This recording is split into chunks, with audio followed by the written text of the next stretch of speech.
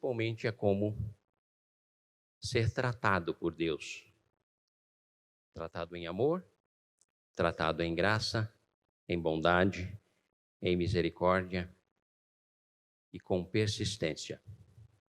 Deus persiste atrás do seu povo, sempre com o intento de abençoá-los, cada um de nós. Nós estamos, às quartas-feiras, vivendo o sobrenatural, mas não é qualquer sobrenatural, porque hoje o sobrenatural faz parte da mídia, faz parte de todas as áreas humanas. O sobrenatural, ele está sendo quase que usado como uma rota de fuga da realidade. As pessoas com dificuldades de enfrentarem e viverem as suas vidas, muitas vezes pobres e paupérrimas, tentam buscar solução no transcendente, no sobrenatural. E aí abrem portas, abrem verdadeiros portais para a malignidade. Não é sobre esse sobrenatural que nós estamos considerando nas quartas-feiras.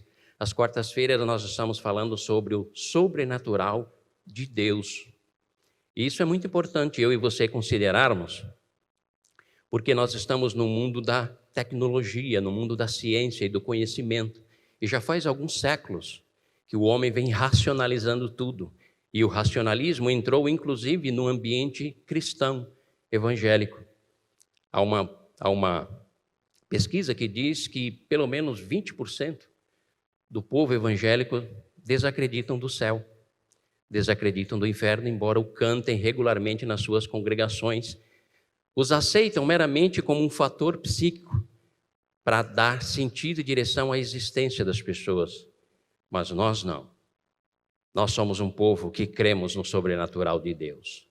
Somos um povo que aguardamos a revelação completa, total e absoluta do Deus eterno na consumação dos séculos da história, do Cronos, o estabelecimento do Kairos, o tempo de Deus, a eternidade, onde eu e você desfrutaremos para sempre do sobrenatural, aquilo que eles têm nos preparado. Mas enquanto nós estamos aqui, nós precisamos cuidar das nossas mentes, para que elas não sejam traídas no que diz respeito ao sobrenatural, porque se isso acontecer, nós passaremos a viver, eu e você, fundamentados mais no natural. E o natural é asfixiante, é sufocante. O natural, a vida natural, ela pesa demais. E eu diria que talvez esse tenha sido um dos fatores mais prejudiciais à vida dos filhos e filhas de Deus. Obviamente que não queremos voltar à era das trevas, onde tudo era místico, tudo era sobrenatural, tudo era tido como forças do mundo espiritual. E aí a ciência, o conhecimento, a arte, a cultura, tudo foi sucumbido. Não queremos voltar a esse tempo, porque ele foi altamente nocivo à humanidade. Mas também nós queremos ajudar cada um dos queridos irmãos que têm se esforçado para estarem aqui nas quartas-feiras a compreenderem em Deus, sobre a orientação do Espírito Santo de Deus, que eu e você vivemos numa dimensão natural, mas com a perspectiva do sobrenatural. Isso é muito importante para o meu e o teu equilíbrio espiritual, psicológico, emocional, e assim nós vamos construir uma vida plena, uma vida saudável. Amém, queridos? Nesse sentido, nós estamos considerando alguns personagens. Já falamos sobre Abraão, que viveu o seu momento de naturalidade e, ao mesmo tempo, sobre a ótica do sobrenatural, e assim ele teve a sua experiência com Deus, que o tornou de Abrão para Abraão, pai de uma multidão, pai de uma grande nação. E é muito interessante isso. Quando nós compreendemos esses aspectos do natural em conexão com o sobrenatural e aprendemos a lidar com isso, Deus nos coloca em patamares mais elevados. Ele nos tira da esfera da pobreza espiritual, da pobreza inclusive existencial, e nos coloca numa dimensão elevada. Foi o que aconteceu com Abraão, foi o que aconteceu com Moisés. Nós vimos Moisés no deserto com o pastor Alípio, Abraão com o pastor Wagner. E hoje nós vamos considerar sobre um homem que você vai se identificar muito com ele. Ele parece o homem do século 21, Elias, o profeta Elias. O homem do século 21. Olha, queridos, às vezes é por isso que diz que a Escritura ela é mais atual do que o jornal que vai sair amanhã. Porque não há segredos, não há mistérios. Ela é a verdade absoluta. Ela é o manual do fabricante. Ela conhece todas as civilizações, todas as culturas. Ela conhece todas as necessidades da vida humana. E o que é mais interessante ainda é que as Escrituras nos trazem informações que correspondem a experiências humanas. Durante algum tempo, quando alguém lia a Galeria dos Heróis da Fé de Hebreus, do livro de Hebreus, capítulo 12, nós ficávamos como quem colocando aqueles homens numa redoma de vidro e dizendo assim, eu ouvi isso quando eu era mais jovem, eu sou jovem ainda, né? Mas quando eu era mais jovem, não, e vou me tornar cada vez mais jovem, porque cada vez que a gente caminha em direção ao Pai, em direção a Deus, mais jovem nós nos tornamos. E quando nós chegamos à presença dele, aí nós desfrutamos da plenitude da juventude. Essa é uma visão boa para se viver, viu? Para se adotar. Então, olha só. Quando nós olhamos para a Galeria dos Heróis da Fé, nós colocávamos eles numa redoma de vidro e nós dizíamos assim, se tivéssemos pessoas tão santificadas, tão espirituais, tão elevadas como essas. Se nós nos dias de hoje tivéssemos homens e mulheres tão temente a Deus, aí os milagres aconteceriam, o sobrenatural de Deus se manifestaria no seio da sua igreja. E nós ficávamos inconscientemente idolatrando aqueles homens e os colocando num nível inatingível. E a congregação dizia, amém, é verdade. E a congregação ia recuando cada vez mais. Amados, as Escrituras narram experiências de homens. É por isso que Tiago diz, Elias era um homem como nós, sujeito às mesmas paixões, com a mesma natureza, tão pecador quanto eu e você. Mas ele orou e o céu cerrou por 3 anos e meio. Ele orou de novo e as coisas aconteceram. Então, olha só. A primeira coisa que eu queria desconstruir, porque hoje é assim, para você adotar e construir um conceito, você tem que desconstruir um conceito anterior, porque senão você faz remendo, e remendo novo em sacola velha rasga, rompe. Jesus disse isso.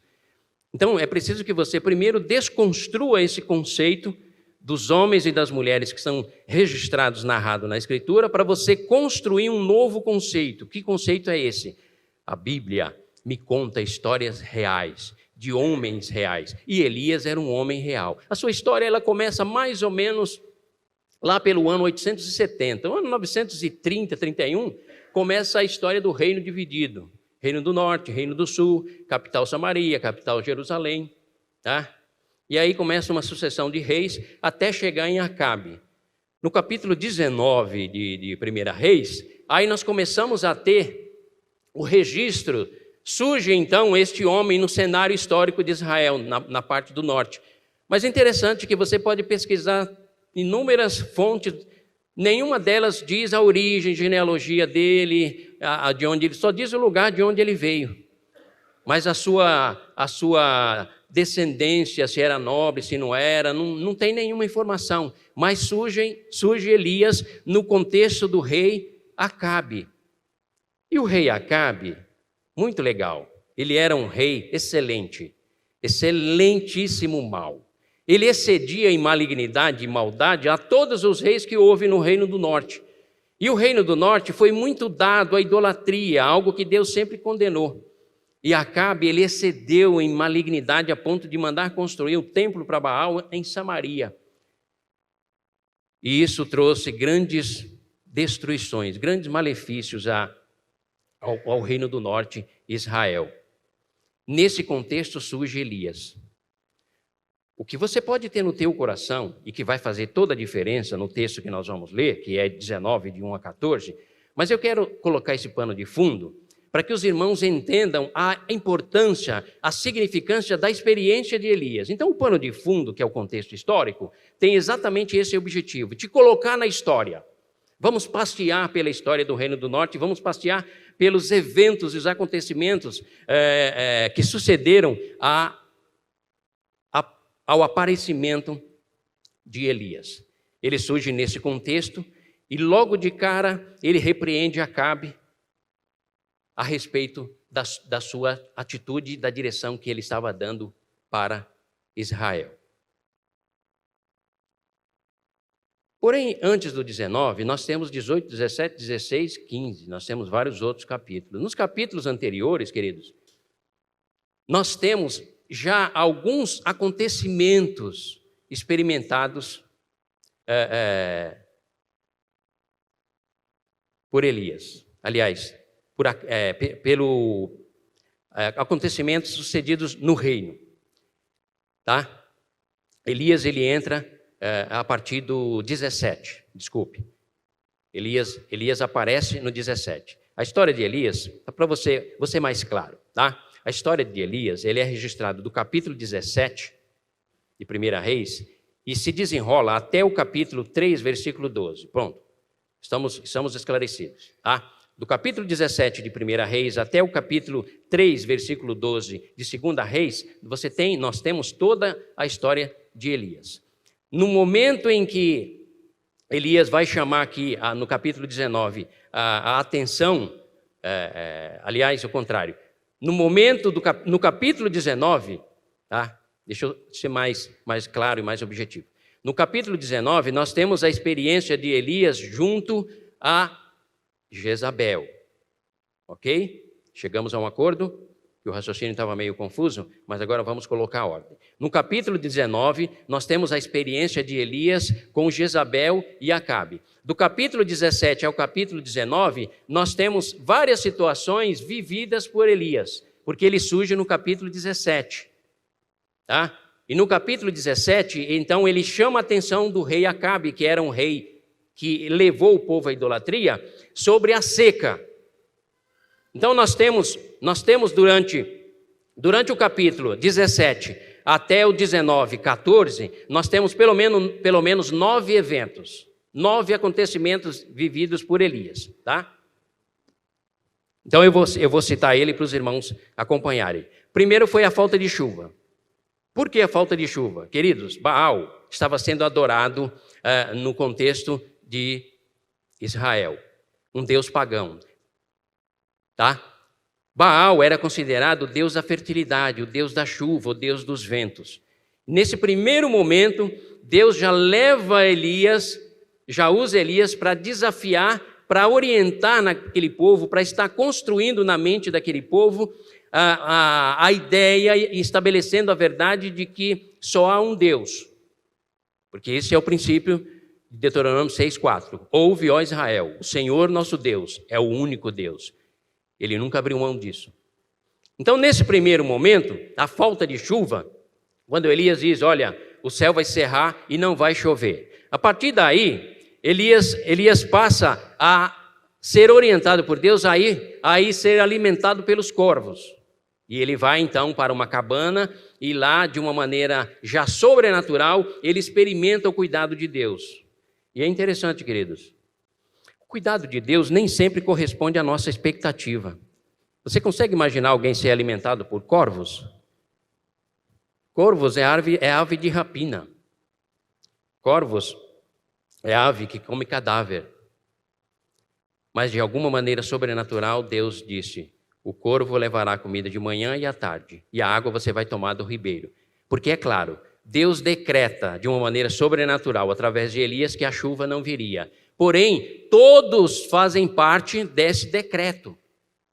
Quando Deus determina, quando Deus dá uma ordem, todos nós estamos inseridos.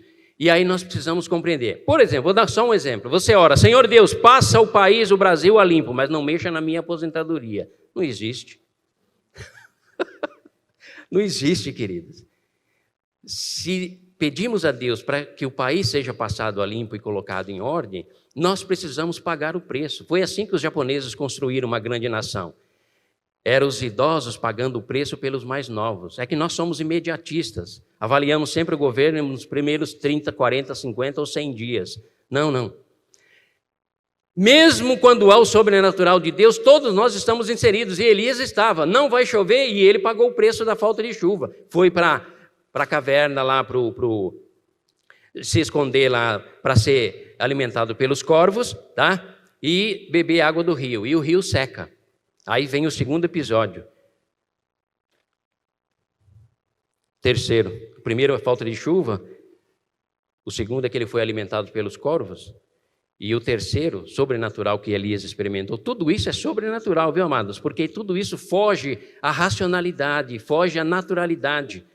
É Deus agindo no sobrenatural. É corvo alimentando, é água descendo, a água acabou. Agora você vai para um lugar e lá você vai ser alimentado por uma mulher viúva. Amados, você consegue entender o que é o sobrenatural de Deus agindo em meio ao natural?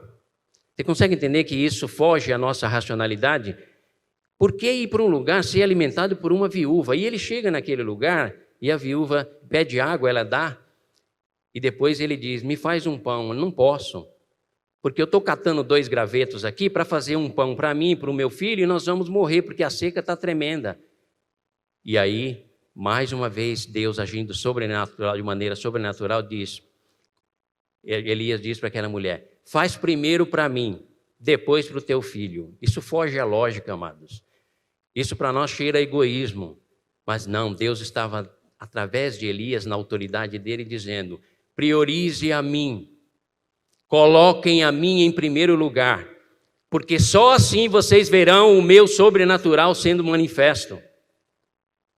E a viúva colocou em primeiro lugar o profeta, fez o pão, deu a ele, e o que aconteceu? Não faltou farinha na botija, não faltou azeite na vasilha. Os irmãos entendem isso? Tudo isso são narrativas, queridos, não narrativas históricas com H minúsculo, mas com H maiúsculo, porque são verdades, são princípios que eu e você precisamos adotar nas nossas vidas, porque queremos viver o sobrenatural de Deus, e o sobrenatural de Deus passa pela obediência, pela prioridade que damos a Ele. Quando Deus diz A, é A. Quando Ele diz B, é B. Deus não negocia. Nós não podemos negociar com as ordens de Deus. É por isso que Jesus diz, buscai o reino de Deus em primeiro lugar e a sua justiça, e todas as demais coisas serão acrescentadas. Então ele experimentou ali o sobrenatural de Deus através da multiplicação do azeite e tal, e foi seguindo em frente. Olha, sobrenatural sobre sobrenatural. Tá? Deus agindo e construindo na vida de Elias um caráter espiritual, com base no seu relacionamento com Deus e com as experiências sobrenaturais. Agora vem uma experiência extraordinária. Elias enfrenta os profetas de Baal. Alguns dizem que é a batalha dos deuses. Eu digo, não. É o estabelecimento da unicidade de um único Deus. Porque nunca existiu outros deuses que pudessem competir com o Yahvé. Nunca. São construções humanas no equívoco e no desvario da mente humana.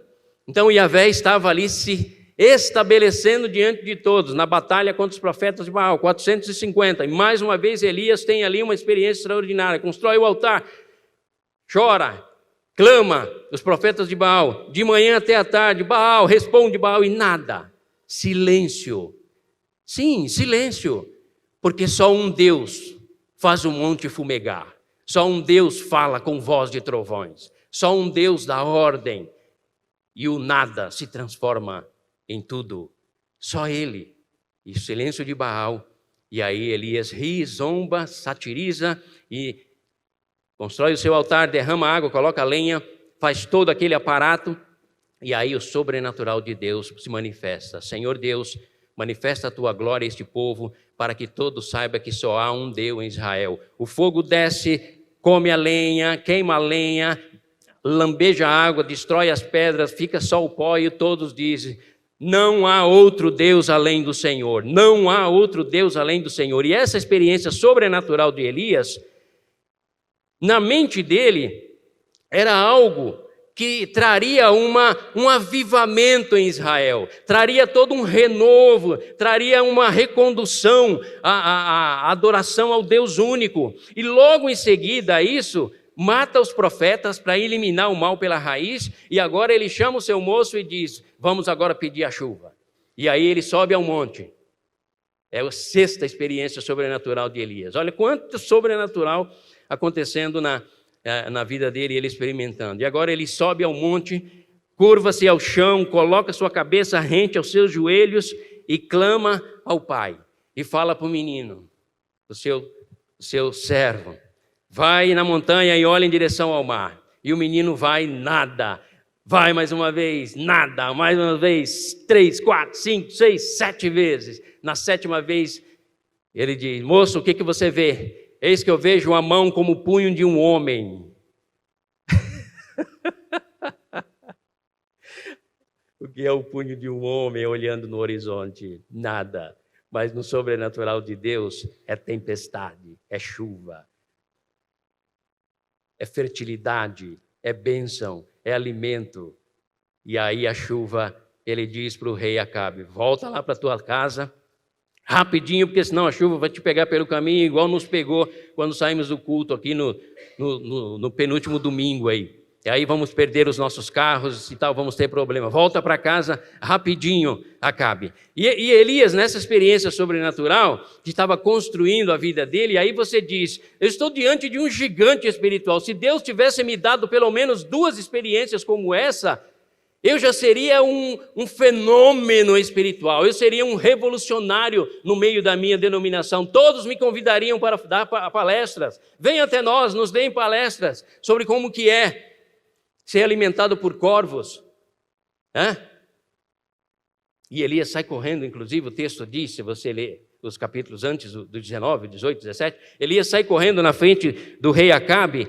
E eu imagino Elias saltando, correndo. Pô, tá tudo legal, tá tudo fechado, porque destruímos os profetas, destruímos o altar, destituímos Baal e agora trouxemos a chuva. O que Baal não trouxe, Yahvé, através da minha oração, do meu poder e da autoridade que ele me revestiu, ele trouxe chuva, e chuva é abundância. O povo vai me abraçar, vai me colocar no pedestal, e quem sabe eu vou entrar aí em Samaria com o rei.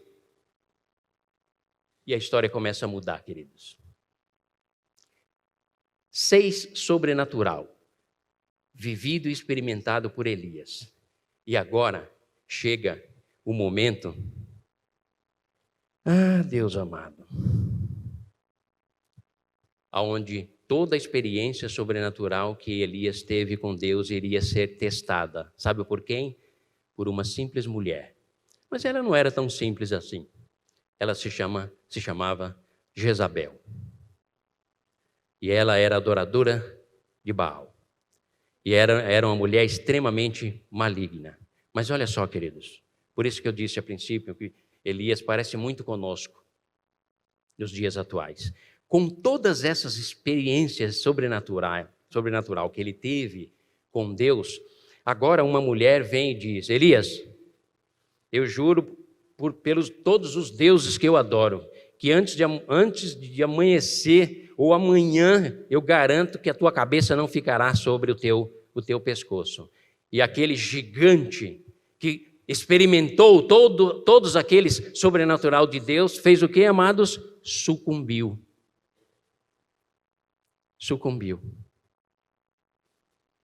E ele teve medo. Agora nós entramos no texto. Por favor, se irmãos puderem projetar. Agora nós entramos no texto para a gente ir para a aplicação.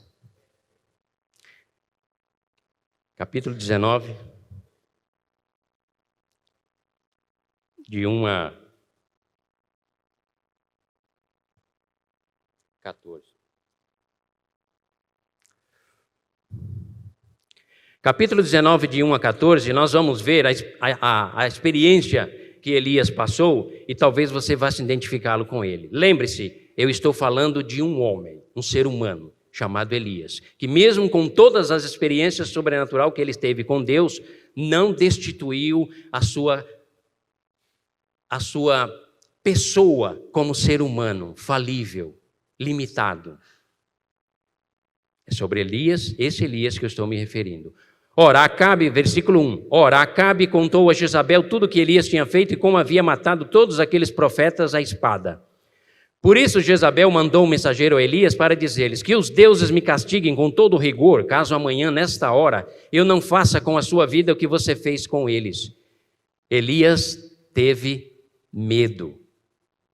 E o medo leva à fuga. A fuga por conta da insegurança. Elias teve medo. Não teve medo dos 450, e teve medo de Jezabel. Começa a investigar a sua vida, querido. Meu irmão, minha irmã. O que acontece com você em relação ao medo? Porque nós estamos vivendo o século do medo. E o medo são sensações, até mesmo de coisas que não existem. E pode levar a uma patologia e aí tornar um pânico, uma síndrome. Mas Elias enfrentou isso. E se você está enfrentando isso ou vem enfrentando isso, se identifique com Elias. Presta atenção. Tá? Hoje pode ser o dia da revolução da sua vida. Elias teve medo e fugiu para salvar a vida. Em Berseba de Judá, ele deixou seu servo. Ou, o que aconteceu? Medo, fuga, insegurança e solidão. Vai fazendo uma anotação aí, porque eu estou falando de Elias, com todas as experiências que ele teve. Tá? E entrou no deserto, solidão. Agora é solidão cósmica. Sabe o que é solidão cósmica? É quando você está aqui e se sente sozinho no cosmos. Completamente, absolutamente só. Tua esposa está do lado, mas é como não tivesse. Os teus filhos estão do lado, mas é como se tivesse. A tua igreja está do seu lado, mas é como se não estivesse. Isso se chama solidão cósmica, alienação cósmica. E entrou no deserto caminhando um dia. Chegou a um pé de giestas. É um tipo de um arbusto de mais ou menos 3 metros, dizem os historiadores. Sentou-se debaixo dele e orou. Olha a oração de Elias. Orou pedindo a morte. Já tive o bastante, Senhor. Tira a minha vida, não sou melhor do que os meus antepassados. Se algum de vocês tem feito essa oração, eu lhes trago a resposta hoje. Deus não ouve essa oração. Ele não responde conforme essa solicitação, porque Ele é o Deus da vida. Ele preserva e valoriza a vida. Mas se esse sentimento tem norteado e pontuado o teu coração, presta atenção que Elias também experimentou isso com todas as experiências sobrenaturais que ele vivenciou. Quando eu digo que Deus não ouve, não estou dizendo que ele se faz surdo. Estou dizendo que ele não responde conforme você está solicitando. Depois, olha como ele vai descendo. Olha como ele vem das experiências sobrenaturais e aí ele vem descendo. Medo, fuga, solidão cósmica, deserto. Encontra um arbusto significante, sem nenhuma significância, senta debaixo e ora erroneamente, pedindo a morte. Mas a sua oração era uma oração sincera, porque esse era o sentimento que estava pontuando o seu coração. Talvez isso já passou pela sua mente e você se sentiu extremamente acusado ou acusada. Mas hoje você vai aprender aonde você deve colocar tudo isso e como você pode ser tratado ou tratada. Depois se deitou, aí vem o estado de deprimido, depois se deitou debaixo da árvore e dormiu. É o sono da fuga. É o sono do deprimido caminhando para uma depressão profunda. Nesse momento, queridos, se algum de vocês estão sentindo ou passando por isso, e alguém tem criticado você, hoje Deus diz, vem aqui meu filho, vou mostrar para você o caminho da cura, vou mostrar para você o caminho da restauração. Eu te recebo, mesmo deprimido ou deprimida, mesmo com sentimentos de morte e de fracasso. Depois se deitou debaixo da árvore e dormiu. De repente um anjo tocou nele e disse, levante-se e coma. Olha a experiência sobrenatural voltando a alcançar a vida de Elias em meio ao caos. Sabe aqueles momentos que você acha, nem crente eu sou mais, porque tais sentimentos têm invadido a minha alma, e se isso tem acontecido é porque eu nem sou de Deus. Errado, queridos. Aqui nós estamos diante de um homem que teve grandes experiências e agora estava mergulhado nesse estado deplorável emocionalmente, mas nem assim o pai o abandonou, porque mandou um anjo ali para tocar ele. De repente um anjo tocou nele e disse, levante-se e coma. Mas olha a resposta e a reação de uma pessoa deprimida. Elias olhou ao redor e ali, junto à sua cabeça, havia um pão assado sobre brasas quentes e um jarro de água. Ele comeu, bebeu e se deitou de novo. É mais ou menos como se ele tivesse, você pode imaginar ele deitado, e ali o anjo toca nele, ele abre o olho assim meio moribundo, meio derrubado, e nem entende o que está acontecendo, tamanho é o estado de depressão, estado de queda emocional que ele está. Ele apenas olha e vê ali um jarro, e olha, queridos, que coisa linda, é o Pai eterno cuidando dos seus filhos, sempre com o melhor. Você ama a Deus? Eu amo a Deus, porque Ele sempre nos dá o melhor. Ele deu um pão quentinho e deu um jarro de água fresquinha, porque é assim que Ele trata os seus filhos, independente da situação em que eles se encontram emocionalmente. E Ele toma aquela água, come aquele pão, mas nem se apercebe que o Pai estava tratando dele. Sabe por quê, querido? Uma pessoa deprimida, uma pessoa descendo ladeira abaixo, ela precisa ser tratada metodicamente, de maneira carinhosa, de maneira afetiva, e é assim que o Pai trata os seus filhos. Tratou Elias e trata cada um de nós. Olhou ao redor, comeu, bebeu, e ele volta a deitar-se de novo, porque ele estava profundamente desanimado. Ele teve medo, ele fugiu, ele ficou na solidão, ficou na insegurança, na solidão, e agora ele enfrenta um profundo desânimo, a ponto de ser alimentado por Deus, mas nem se dar conta disso, ser cuidado por Deus e nem se dar conta disso. Ele come e volta a deitar-se de novo. E aí vem o Pai eterno, com o envio dos seus anjos, tratando os seus com amor e graça. E na insistência do seu amor que é derramado, como ministração da sua graça e da sua bondade, o anjo voltou, versículo 7, tocou nele e disse: levante-se e coma, pois a viagem será muito longa. Deu a ele um propósito novo. Agora não é apenas levante-se e coma, é levante-se e coma porque eu tenho um projeto para você, e agora você vai caminhar em direção de onde eu quero que você esteja. Motivações novas, alvos novos, isso é excelente para quem anda deprimido. Isso é excelente para quem anda desanimado, propósitos novos. E o anjo disse: levanta-se e come, porque você terá uma viagem muito longa. Então, agora, já começa a surgir o gás, o ânimo, a coragem. Aquele homem extremamente caído, debilitado, sendo tratado didática e amorosamente por Deus, ele se levantou, comeu e bebeu. Versículo 8, fortalecido com aquela comida, viajou 40 dias e 40 noites, a semelhança de Moisés, a semelhança de Jesus, até que chegou a Horebe, o monte de Deus. Aí começa a cura, amados, no monte de Deus. Mas você precisa se fortalecer assim como Elias, você precisa se levantar e caminhar. Ali, chegando ao monte Horebe, ele entrou novamente onde? Numa caverna. Elias estava sofrendo da síndrome da caverna, a síndrome do recolhimento. Mas Deus é bondoso, Deus estava tratando de Elias. Ali ele entrou numa caverna e passou a noite. E olha só, a palavra do Senhor veio a ele dizendo, versículo 9, o que você está fazendo aqui, Elias? Hoje, quarta-feira, Deus vem para mim e você que estamos aqui, de repente, com a síndrome da caverna, lamentando as nossas vidas e não crendo mais no sobrenatural e achando que a debilidade emocional eu devo tratar de forma terapêutica e contínua até o fim da minha vida. Deus vem agora e diz, o que você está fazendo aqui? O que você está fazendo aqui, Elias? E hoje Deus pergunta, o que você está fazendo aqui, meus filhos e filhas? É pelo hábito, o costume, ou vocês estão aqui buscando o sobrenatural meu? Porque se for o sobrenatural meu, você vai sair daqui transformado, mudado, porque eu tenho poder para curar vocês, eu tenho paciência para cuidar de cada um de vocês. O que você está fazendo aqui, Elias? Olha a resposta de Elias, muito linda.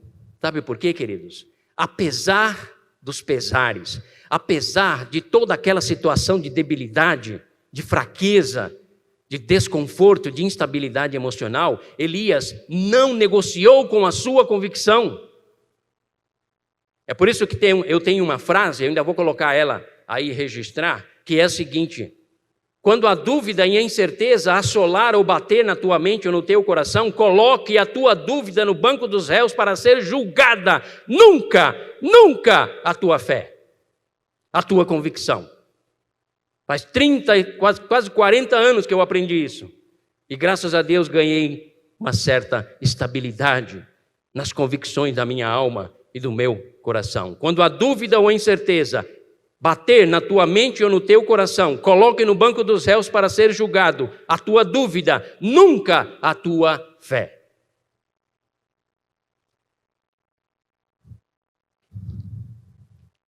E Elias responde. Ele respondeu, quando Deus perguntou, o que fazes aqui, Elias? Ele respondeu, tenho sido, Senhor, muito zeloso pelo Senhor, o Deus dos exércitos. Os israelitas, Senhor, rejeitaram a tua aliança, quebraram os teus altares, mataram os teus profetas à espada. Sou o único que sobrou e agora também estão procurando matar-me. Ele esboça, como resposta a Deus, a sua convicção, apesar da fragilidade em que ele vivia. E sabe, amados, provavelmente foi isso que fez dele um profeta, porque ele era um homem, anote aí, diferenciado. Ele era um homem acima da média, mesmo vivendo no anonimato. Provavelmente Deus o separou por causa do zelo, do fervor, do desejo de adorar, do desejo de ver o seu Deus sendo glorificado, adorado pela nação de Israel. Um homem de convicção plena, muito embora estivesse vivendo essa situação. O Senhor então lhe disse, olha Deus tratando. Ah, Deus amado, Pai eterno, que o Senhor esteja tratando o teu povo que está nos ouvindo aqui nesta noite e aqueles que estão nos acompanhando pela internet. Porque desequilíbrio emocional, Pai, não combina com o teu povo. O que combina é a serenidade, a paz, o equilíbrio, a prosperidade e a alegria. Mas isso está no Senhor. O Senhor lhe disse, saia e fique no monte, na presença do Senhor, pois o Senhor vai passar. Então veio um vento fortíssimo que separou os montes e esmigalhou as rochas diante do Senhor, mas o Senhor não estava no vento. Depois do vento houve um terremoto forte, mas o Senhor não estava no terremoto. Depois do terremoto houve um fogo, mas o Senhor não estava nele. E depois do fogo houve um murmúrio de uma brisa suave, como uma voz mansa, doce, terna e amorosa. Isso é o protótipo do Evangelho da Graça, queridos. Isso é o protótipo do Evangelho da Graça, que fala suavemente ao nosso coração, ao teu coração. Isso é o protótipo daquele que diz, vinde a mim, todos vós que estáis cansados e sobrecarregados. Tomai sobre vós o meu jugo e aprendei de mim, que sou manso e humilde de coração. E assim encontrareis descanso para a vossa alma.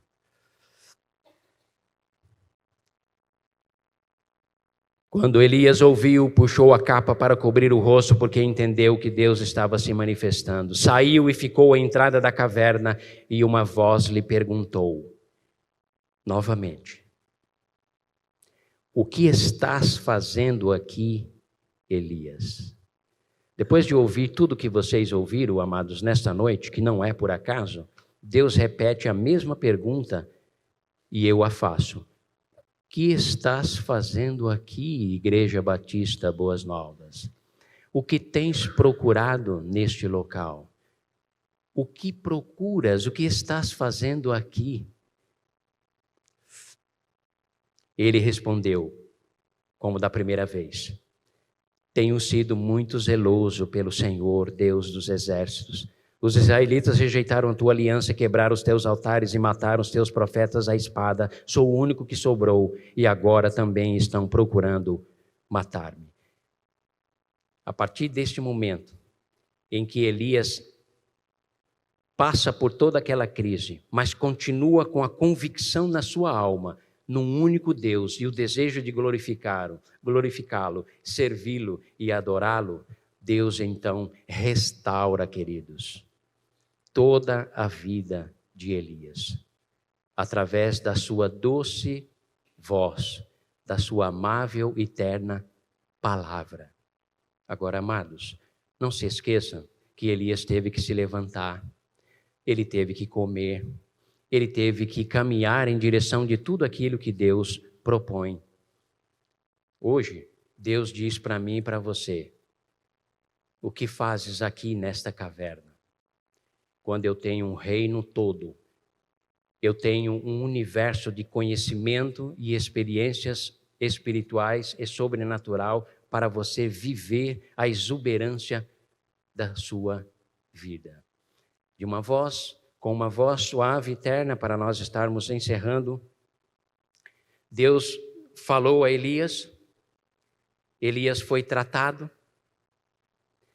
Aquele homem que orou pedindo o fim da sua vida, agora ele é restaurado. E Deus ainda diz para ele: volta pelo mesmo caminho de onde você veio. Vai e unge o rei da Síria, unge o rei de Israel, unge o profeta Eliseu, porque eu vou fazer uma renovação e uma transformação na sociedade. Mas primeiro eu tenho que fazer na sua vida. O Brasil precisa mudar. O Brasil precisa ser transformado. Mas antes do Brasil, amada igreja, eu e você precisamos ser transformados.